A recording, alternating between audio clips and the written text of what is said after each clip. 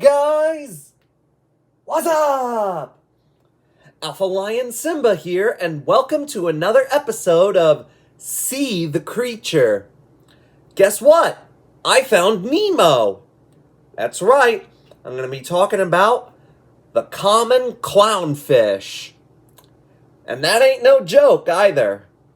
So, let's begin. The common clownfish lives in the tropical eastern Indian Ocean and South China Sea and western Pacific East as far as the Solomon Islands and Vanuatu. And it's particularly common in the Great Barrier Reef from Australia. The common clownfish usually measures up to 3.6 inches, but the male usually tends to be smaller than the female. Clownfish, being slow swimmers, stay close to their reef. To stray into open waters would expose them to many predators. And of course, clownfish are best known for taking shelter in sea anemones. However, they're not born with immunity to anemone stings, but the initial sting of a sea anemone causes the clownfish to secrete a slimy mucus which covers its body and immunizes it against future contact with the poison from the anemone's tentacles. This covering protects the clownfish from its host anemone species, but it can be stung and killed by any other species of anemone against which it has not developed an immunity. And if the slimy mucus covering it is wiped off before it returns to its host anemone, it will be stung or even killed by the anemone's tentacles. Nonetheless, though, the clownfish and the sea anemone share a symbiotic relationship. The anemone protects the clownfish from predators and gives it a good shelter, and the clownfish protects the anemone by chasing away certain fish, such as the butterfly fish, which harms the anemone. Since clownfish can't stray very far from the reef, they have a very limited diet.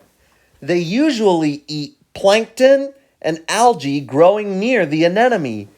It captures prey with close-set, flattened teeth, and it passes it back to the throat. There, strong teeth mounted on the gill-supporting bones crush the prey into a digestible pulp. And here's another add-on to the clownfish's symbiotic relationship with the sea anemone. The clownfish will leave the safety of the anemone's tentacles, and its brilliant colors attract larger fish who, lured by the hope of a meal, follow it back to the anemone and are stung by its tentacles. Then the anemone consumes the fish, and the clown feeds on the remains. Social structure and breeding, clownfish live as a pair in their host anemone with a few juveniles. The clownfish's mating season is throughout the year in warmer regions, but during the warmest months in cooler regions. The breeding pair first cleans a site for the eggs, usually a rock or shell near the base of the anemone. The female swims slowly over the site, laying 200 to 400 orange eggs, and then the male fertilizes them. The eggs are attached to shell or rock by fine threads. The fish constantly fan the eggs with their fins and clean them with their mouths.